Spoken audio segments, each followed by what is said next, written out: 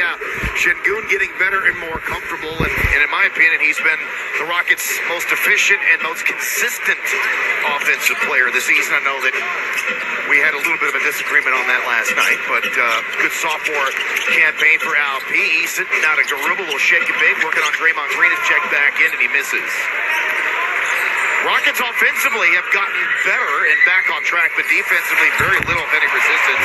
And there's another three. That's their 8. Jordan Poole knocks down another one. Had a season-high 7 of them last night in their win over the Bulls. He just made his second, so he's got 8. Golden State 8 of 14 from 3. Rockets really struggling with this lineup. No Green, no Kevin Porter, no Eric Gordon on the floor. So I'm going to say, hey, where's the offense going to come from? Green will clear. Green will push. Back up top to Wiggins. He too is back in an open straightaway 3. Too many open threes for too many guys who can shoot them too well for the Rockets. For the Warriors, the Rockets are just scrambling around, much like we've seen here with these early starts in these last several games, defensively chasing shadows. They got to pick up some of these shooters. Yeah, Warriors are comfortable right now. They're playing at their pace. They're getting stops and running in transition. Eason forces that one up and in, but Rockets down 20. They were just down 22, and a long, long way to go here as they put up and finish up this road trip. And another way, Jordan Poole on fire. You know, he's been pretty inconsistent with his shot this year, coming off the best season of his career a year ago, but had a great game last night, obviously playing very well here, and is a very dangerous offensive threat. The Rockets too often, good cut there from Eason, just couldn't finish it. They walk the ball up the floor. They're too young to walk the ball up the floor. They have to push and pick up their pace. Poole looking like Curry with that release. Well, before I could even say he's got the green light with this unit, they're going to look to him like this. You got to be better. Got to be better than that. You're going to look to him to be aggressive. He pulls up behind the 3.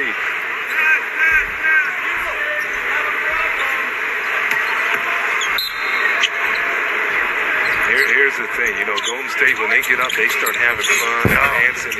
You don't want to see that. Look, I've been on the other side of that thing too much. DiVincenzo gets next.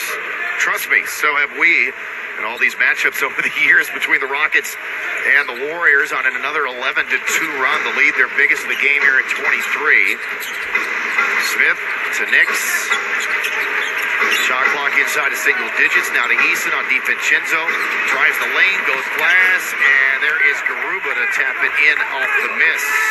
Beautiful follow there from Garuba. Timed that miss perfectly. And that's what happens when you attack the rim and you break down the defense. You cause some rebounding angles to be there. Smith trying to go behind his back on the dribble. Poole picked his pocket, saved it back into play, and eventually was knocked out of bounds by Garuba. If you're the Rockets, you got to do some of the dirty work. You can't be younger and get outworked. And right now they're getting outworked by the Warriors on top of their hot shooting. And it looks like Jabari Smith is a little shaken up there at midcourt, because he has played terrific basketball since the Warriors were in Houston a couple of weeks ago. Too easy. And what the Warriors do, they like to really push the pace, and then just simple cuts and screens are that much more effective because you're just worried about getting into play, and then you have action that happens. Matthews. Rockets had to heave one up again, and Garuba's going to be called for over the back. What goes unnoticed, you always talk about the three-point shooting of Steph and Clay, but this Golden State team is incredibly good defensively. They are alert, attentive, and they've got a lot of size. And Andrew Wiggins, he just brings a different dimension to this team of what they haven't had in a while. And the irony is that they have been so Jekyll and Hyde at home versus the road, especially defensively. They have the second worst road defense in the league. Only San Antonio has been worse defensively on the road, but at home they're the third best defense in the league in home games. That's why they've won 9 in a row, and they're 10-1 so far at the Chase Centers. Knicks gets turned back, and they are playing spirited defense. Don't jump on the bed. Look, the massive coverage already coming on. Out to Knicks at a fresh 14. Green had leaked out to the other side of the floor. So the Rockets are playing 5-on-4. Porter misses. Offensive rebound to Garuba.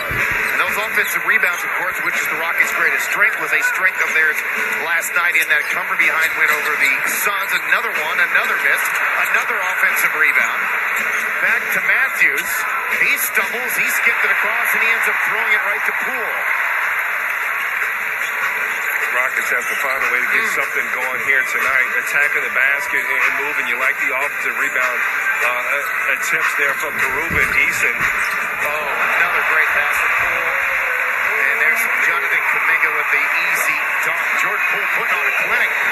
The 11 points now, 5 assists. Golden State with 16 assists already. Porter threw it behind Garuba. Stop stomping like an elephant. This is going from bad to ugly quick, real quick. Yeah, it is. And, you know, with young teams, it's not the physical fatigue so much as the mental fatigue that can, you know, really catch up to you in these back-to-backs. The Rockets, not only are they young, part of what comes with that is they're still figuring out what's their culture, who are we, what can we rely on, and you know every single night it can't just be your grit and your heart. You love to be that. You just gotta, you know, find a culture, and you know this is still being built here. And good hands there by Jalen Green, who just came back in, picked up by Bruno Fernando after his great game last night in Phoenix, seeing his first minutes here tonight. Right in the hands well. At 10 points and 5 rebounds in that fourth quarter for the Rockets, and now we have a whistle to foul as I think Kuminga was holding Fernando, who was trying to set that pick for Jalen Green.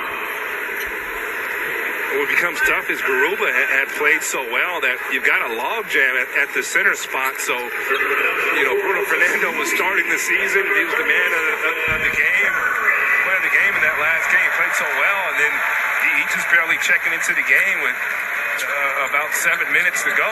Moody and Curry return. Green around the Fernando pick, turns a corner, and it's blocked. Lamb got a piece of it. Picked up by Looney, ahead to Curry, now to Moody, working on Matthews, into the lane, back across the Lamb. They'll reset it up top. Kuminga's open, his three zone away, and it dances off to Kevin Porter Jr. Kuminga teammates with Jalen Green on that Ignite squad about 2 years ago.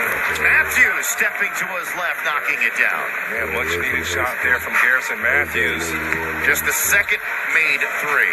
And this Golden State team, as you see right there, I'll say it again, they will turn the ball over. They'll let you back into ball games. We've seen it before, and the Rockets have been here before with Golden State. Got to pick up Curry as soon as he checks back into the ballgame. Lamb, and they're going to call the passing crash as he knocked into and knocked down Garrison Matthews. There you go. Garrison Matthews starting to heat up, gets a three-pointer to go, and gets in here and draws a charge. Great job from Garrison Matthews. Game-winning plays, and it wasn't on the shot, it's on the pass-off, but, you know, you still can't run a man over, so it's he play there from Garrison. Halfway through the second quarter, Porter the crossover, throws the lob back to Fernando, an errant pass, and luckily for the Rockets, there was a whistle in there. You love what Fernando does. A lot of teams switch, but Fernando rolls so quick, he gets behind the switch and ends up getting the foul called, and Kevin Porter loves playing with Fernando. Those two were excellent last night. And watch Bruno, that hold right there keeps him from catching a lob, otherwise Fernando would have been dunking. And hey, Lamb, 13th foul of the Warriors. Porter in the lane gets walled off. A collision between he and Lamb ended up making it, plus the foul. So an and one coming up here for KPJ. Yeah, Kevin Porter Jr. starting to wake up, and it's a tough a finish as you can think. Going past Looney, a great defender, and I mean Circus picking his third foul, and Jalen Green ends up rolling in the free throw. Now a quick message here from Credit Karma.